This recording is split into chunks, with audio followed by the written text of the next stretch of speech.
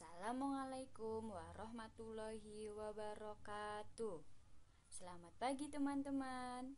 Bagaimana kabar kalian hari ini?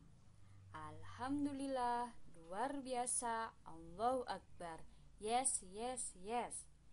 Semoga Allah Subhanahu wa Ta'ala senantiasa memberikan kesehatan kepada kita semua ya teman-teman. Dan semoga kita diberi kelancaran dalam menjalankan ibadah puasa ini. Allahumma amin. Hari ini kita akan belajar matematika bab 7, yaitu penyajian dan penafsiran data.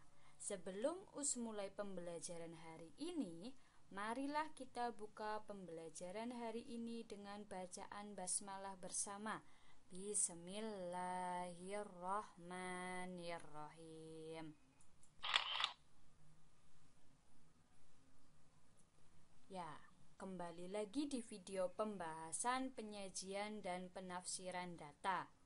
Ini merupakan lanjutan dari pembahasan penyajian dan penafsiran data di video sebelumnya ya, yang sudah menjelaskan mengenai pengumpulan data, bahwa ada dua macam atau dua cara dalam mengumpulkan data ya, yaitu yang pertama dengan pencatatan langsung dan yang kedua dengan wawancara atau mengisi pertanyaan.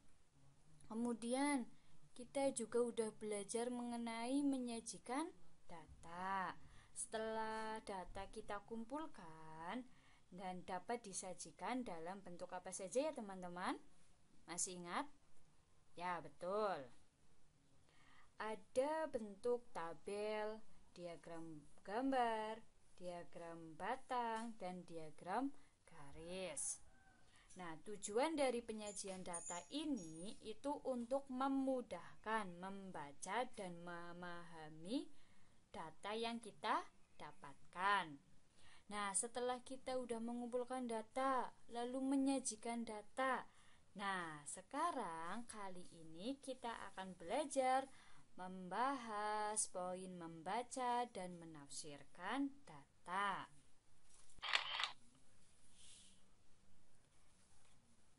Nah, membaca dan menafsirkan sajian data. Setelah tadi kita mengingat kembali materi sebelumnya mengenai penyajian data ya, bahwa ada beberapa cara yang dapat kita sajikan dalam beberapa bentuk.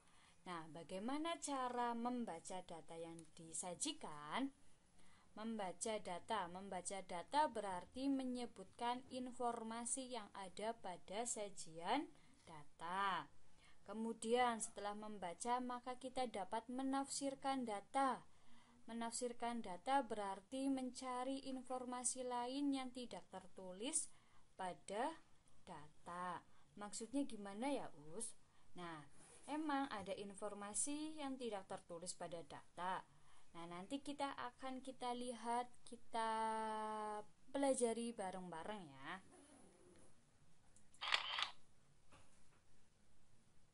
Nah, dalam menafsirkan data, informasi yang akan kita cari atau kita temukan itu antara lain mengenai data paling banyak atau tertinggi, lalu ada jumlah data, ada selisih antar data, dan data paling sedikit atau terendah. Nah, 4 informasi ini merupakan informasi yang kita temukan dari menafsirkan data. Ya, yang pertama kita akan belajar mengenai membaca dan menafsirkan data dalam bentuk daftar dan tabel. Yang pertama yaitu membaca data dalam bentuk daftar. Misal, kita mempunyai daftar nilai hasil ulangan matematika kelas 5.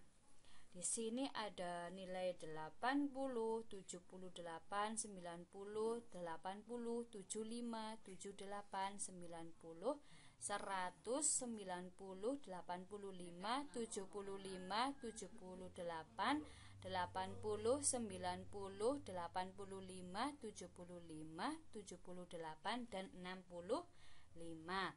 Dari data yang kita peroleh ini, kemudian kita urutkan dari nilai yang terendah sampai tertinggi. Hal ini untuk apa ya teman-teman? Ya, pastinya untuk memudahkan kita membaca data. Nah, kita ini sudah diurutkan ya, dari data yang masih acak ini kita urutkan dari nilai terendah sampai nilai tertinggi. Nah, setelah itu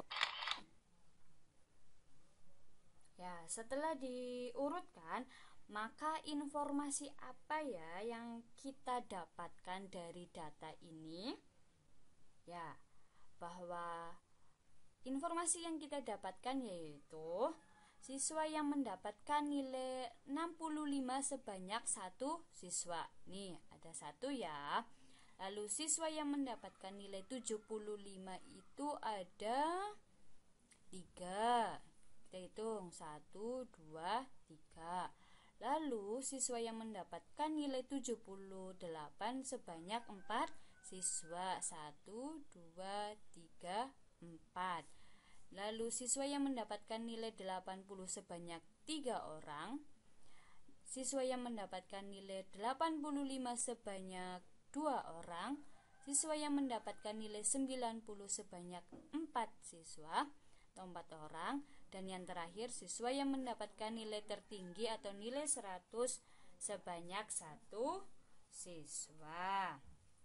Nah, setelah kita sudah membaca data ini, maka selanjutnya kita akan menafsirkan data. Nah, dari kita sudah membaca data yang sudah kita urutkan, kita boleh bikin dalam bentuk tabel supaya kita ingat ada berapa banyak siswa yang mendapatkan nilainya. Nih contoh, nilai 65 sebanyak 1, 75 ada 3 orang.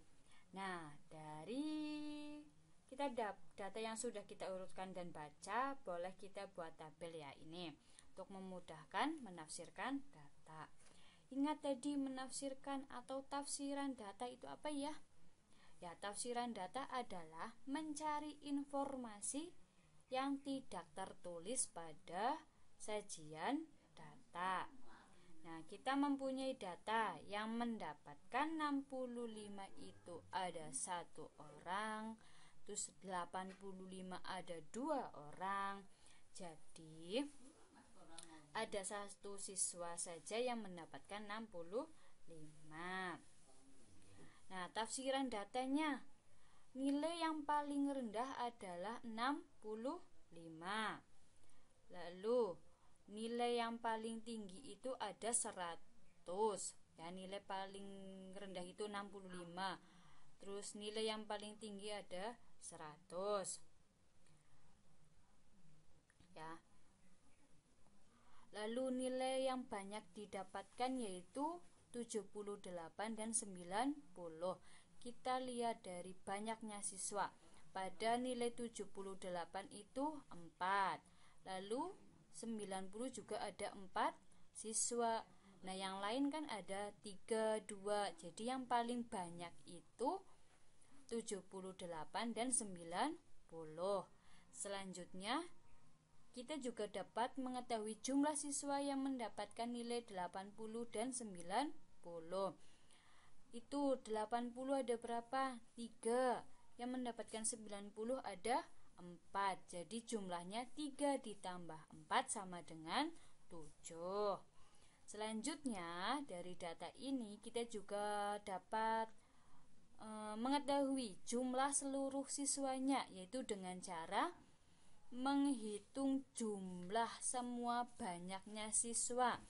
1 ditambah 3 ditambah 4 ditambah 3 ditambah 2 ditambah 4 ditambah 1 sama dengan 18. Jadi ada 18 siswa yang mengikuti ulangan harian matematika. Nah, Pada saat kita menafsirkan data, kita mendapatkan informasi mengenai nilai terendah, nilai tertinggi, lalu jumlah antar data, jumlah seluruh siswa ya teman-teman. Tapi ya, bahwa dari menafsirkan data ini adalah kita menemukan informasi yang tidak tertulis pada sajian data. Ya. Tapi kita bisa mencari informasinya. Maka di materi membaca dan menafsirkan data ini sebenarnya sama-sama mencari informasi dari data yang kita punya. Tapi perbedaannya itu terletak pada kalau membaca berarti kita langsung melihatnya. Oh, ini kita punya data. Langsung bisa kita cari informasinya. Nah, bisa langsung kita dapatkan informasinya dengan cara melihat data. Sedangkan kalau menafsirkan data, kita harus mencari lebih lanjut. Kita itu tidak bisa langsung melihat, kita perlu mencari tahu terlebih dahulu sehingga kita dapatkan tafsiran datanya. Nah, sampai sini paham ya mengenai membaca dan menafsirkan data. Masih semangat ya? Masih ada 4 bentuk lagi loh. Kita lanjut ya. Ya, selanjutnya kita akan membaca dalam bentuk tabel. Informasi apa ya yang dapat kita peroleh dari tabel? Ini ada contoh data dalam bentuk tabel. Nah, karena kalian sudah mencoba di bagian membaca data dalam bentuk daftar, maka usrasa kalian bisa dan mudah dalam membaca data dalam bentuk tabel karena tidak begitu menyulitkan. Ini contoh, ada data yang berat badannya 40 kg itu ada 6 siswa. Ini merupakan data berat badan kelas 5 contohnya ya. Ya, yang memiliki berat badan 42 kg itu ada 15 orang. Maka informasi yang kita peroleh yaitu ya, ada sebanyak 6 siswa yang memiliki berat badan 40. Lalu ada 12 siswa yang memiliki berat badan 41. Sebanyak 15 siswa yang memiliki berat badan 42. Sebanyak 18 siswa yang memiliki berat badan 43. Dan terakhir sebanyak 9 siswa yang memiliki berat badan 44. Nah, Us ingatkan ya, cara menuliskan informasi yang kita peroleh itu tidak harus terpaku kepada apa yang telah Us jelaskan. Teman-teman boleh membuat kalimat sendiri atau pendapat sendiri. Contohnya, pada siswa kelas 3 atau kelas 5 yang memiliki berat badan 43 kg itu ada 18 siswa. Jadi, jika kalian menemukan soal untuk menyebutkan informasi yang diperoleh, kalian bisa mengemukakan atau menyebutkan pendapatmu kalian. Namun harus sesuai dengan data yang kita punya. Nah, setelah membaca, lalu kita menafsirkan data.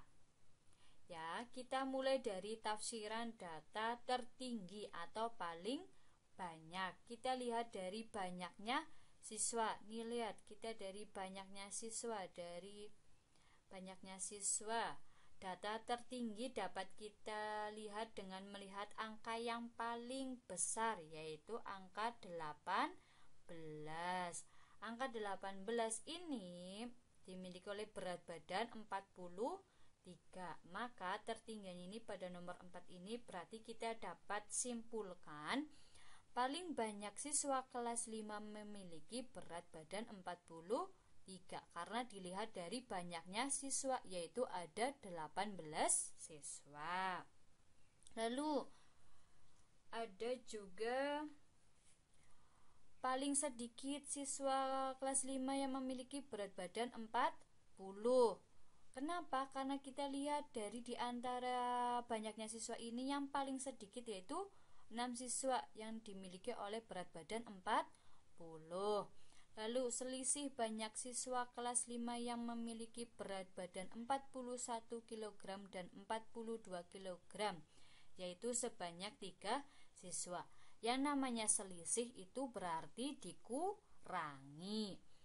Nah, yang berat badannya 41 kg itu dikurangi, berarti yang memiliki berat badan 42 kg yaitu 15. 41 ada 12. 15 dikurangi 12 sama dengan 3. Itu yang namanya selisih. Selisih itu adalah pengurangan dari jumlah terbanyak dikurangi.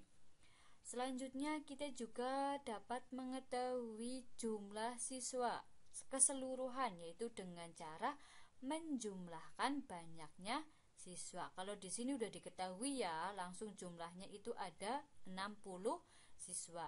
Jika ini tidak ada, maka teman-teman boleh menjumlahkan 6 ditambah 12 ditambah 15 ditambah 18 ditambah 9 sama dengan 60. Selanjutnya, yang ketiga, kita akan membaca dan menafsirkan data dalam bentuk diagram gambar. Diagram gambar merupakan gambar yang mewakili banyaknya data. Kalau kalian tadi ingat dan kalian simak dengan baik, kalau penyajian data di bentuk daftar atau tabel, banyaknya data itu ditulis dalam bentuk angka. Nah, kalau di diagram gambar itu banyaknya data ditulis dalam bentuk gambar. Satu gambar itu dapat mewakili satu atau beberapa data. Nah, biar lebih paham, perhatikan contoh berikut ya. Ini ada contoh diagram gambar yang menyukai warna kesukaan atau warna favorit pada kelas 5. Warnanya itu ada merah, kuning, biru, dan hitam. Kita hitung. Yang menyukai warna merah itu ada 1, 2, 3, ada 3. Yang menyukai warna kuning 1, 2, 3, 4. 4 siswa. Yang menyukai warna biru ada 1, 2, 3, 4, 5, 6. Yang menyukai warna hitam ada 1, 2. Nah, keterangan gambar ini, satu gambar ini mewakili satu siswa. Nah, setelah kita tahu bahwa kita dapat membaca data dari diagram gambarnya itu, jadi kita bisa membaca data dari diagram gambar tersebut adalah siswa yang menyukai warna merah sebanyak 3 siswa. Siswa yang menyukai warna kuning sebanyak 4 siswa. Siswa yang menyukai warna biru sebanyak 6 ya. 1, 2, 3, 4, 5, 6. Dan siswa yang menyukai warna hitam sebanyak 2. Kemudian kita juga bisa menafsirkan data dari diagram tersebut. Lihat ya. Nih, dari data ini tafsirannya, warna yang paling banyak digemari atau disukai adalah warna biru. Karena kita lihat dari banyaknya siswa yang paling banyak pada warna biru, yaitu ada 6 siswa. Lalu warna yang sedikit disukai adalah warna hitam. Kenapa? Karena siswa yang paling sedikit itu berjumlah 2 orang yang menyukai warna hitam. Lalu selisih siswa yang menyukai warna biru dan kuning. Berarti biru ada berapa? 6. Kuningnya 4. 6 kurangi 4 ada 2 siswa. Ini boleh. Selain itu juga kalian boleh berapa selisih antara warna kuning dengan merah? Berarti 4 dikurangi 3 sama dengan 1. Setelah itu, kita juga dapat mengetahui jumlah seluruh siswa. Nih, bagaimana caranya? Kita jumlahkan seluruh banyaknya siswa. Merah 3, ditambah kuningnya 4, ditambah birunya 6, ditambah hitamnya 2 sama dengan 15 orang. Jadi banyaknya jumlah seluruh siswa di kelas 5 ini yang menyukai warna itu ada 15 orang. Selanjutnya kita lanjut ke 4, yaitu membaca dan menafsirkan data dalam bentuk diagram batang. Kalau tadi di diagram gambar banyaknya data diwakilkan dengan gambar, nah di diagram batang, data yang diwakili dengan bentuk batang persegi panjang. Coba teman-teman simak, perhatikan gambar diagram batang ini. Ini ya, ini batang-batang persegi panjang. Informasi apa sih yang dapat kita peroleh dari diagram batang ini? Nah, cara membacanya bagaimana ya, Us? Yuk kita perhatikan. Kita lihat ternyata ada 2 garis, yaitu garis mendatar atau horizontal dan garis tegak atau garis vertikal. Nah, garis yang mendatar ini, nih garis mendatar itu menunjukkan golongan darah, dan garis tegak menunjukkan banyaknya siswa. Maka cara membaca datanya yaitu siswa yang bergolongan darah A ada berapa ya? Kita lihat batang persegi panjangnya berhenti di angka berapa? Atau sejajar dengan angka berapa? Atau puncaknya sejajar dengan angka berapa? Ya, golongan darah A ini ada 6 siswa. Maka siswa yang memiliki golongan darah A ada 6 siswa. Kalau golongan darah B ada berapa? Golongan darah B ada 8. Jadi sebanyak 8 siswa yang memiliki golongan darah B. Lalu golongan darah AB ada berapa? Kita lihat. Ada 12. Jadi sebanyak 12 siswa yang memiliki golongan darah AB. Selanjutnya golongan darah O kita lihat sejajar dengan angka 4. Jadi sebanyak 4 siswa yang memiliki golongan darah O. Nah, selanjutnya menafsirkan data. Tadi kan kita sudah membaca dan sudah mendapatkan informasi banyaknya siswa yang mempunyai golongan darah A, B, AB, dan O. Sekarang kita menafsirkan data. Data tertinggi jelas kita lihat ya dari batang persegi panjang yang paling tinggi yaitu AB.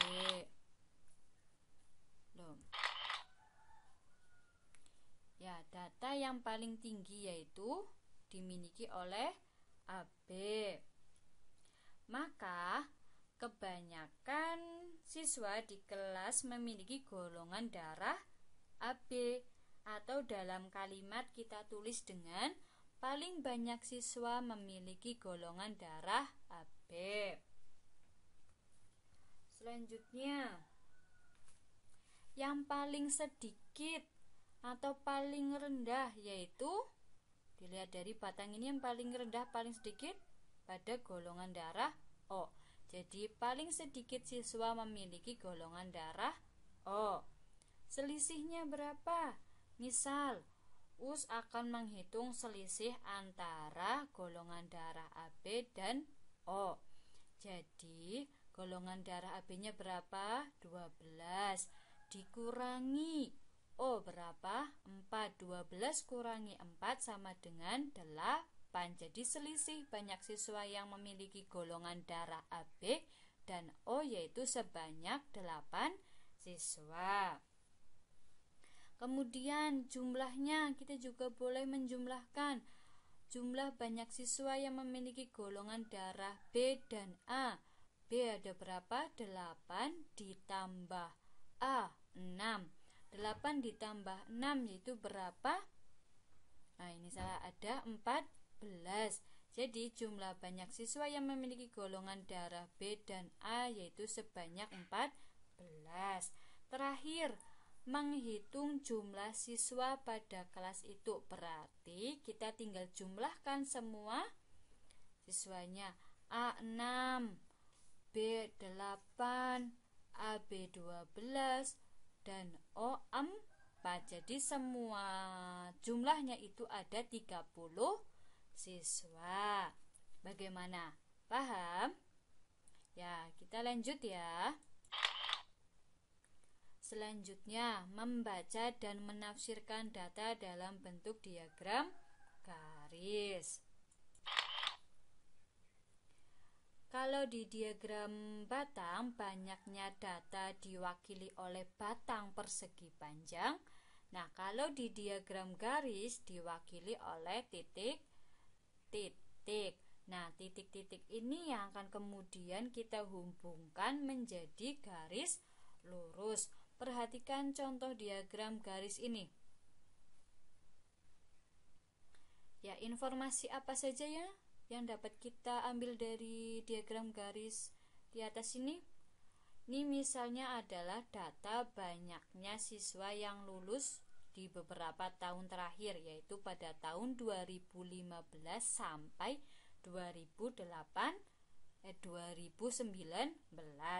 Berarti cara membacanya bagaimana ya? Ya, hampir sama dengan diagram batang. Kita lihat pada tahun pertama yaitu 2015 yang sejajar dengan tahun 2015 yaitu titiknya ini ya, terdapat 124. Maka dapat simpulkan bahwa pada tahun 2015 banyak siswa yang lulus adalah 124 anak. Pada tahun 2016 ada berapa ini, lihat titiknya? 141. Maka pada tahun 2016 banyak siswa yang lulus adalah 141 anak. Pada tahun 2017 ada 118 anak. Pada tahun 2018 ada 137 anak. Dan yang terakhir pada tahun 2019 ada 133 anak. Begitu ya cara membaca diagram garis. Bisa cuma dilihat dari titiknya dan diluruskan dengan garis yang horizontal. Setelah itu, nah, untuk menafsirkan data pada diagram garis itu kita bisa lihat data tertinggi sama dengan data diagram batang ya. Coba kita lihat di mana garis atau titik yang paling tertinggi.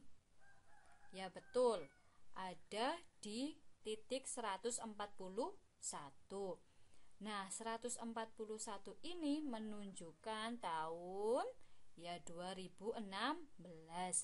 Maka lulusan paling banyak itu terjadi pada tahun 2016. Maka kita dapat tuliskan dalam kalimat Jumlah siswa paling banyak yang lulus terdapat pada tahun 2016. Lalu jumlah siswa paling sedikit yang lulus, kita lihat dari titiknya, ini yang paling rendah ada di titik 118 pada tahun 2017. Lalu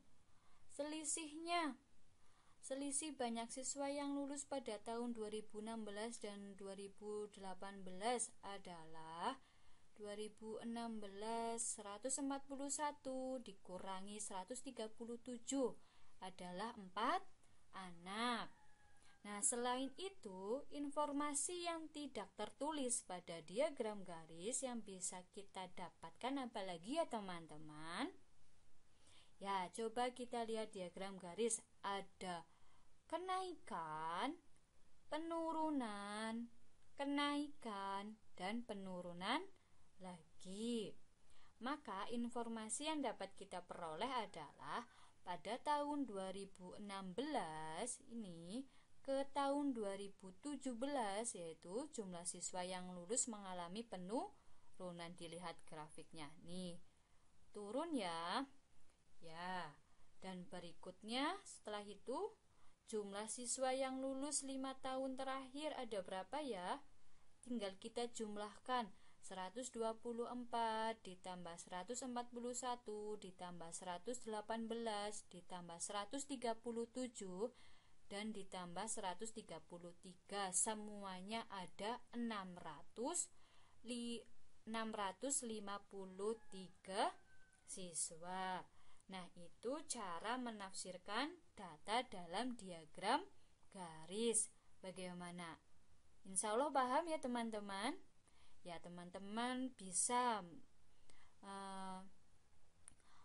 memahami atau membaca lagi buku paketnya agar lebih paham atau bisa mengerjakan latihan soal.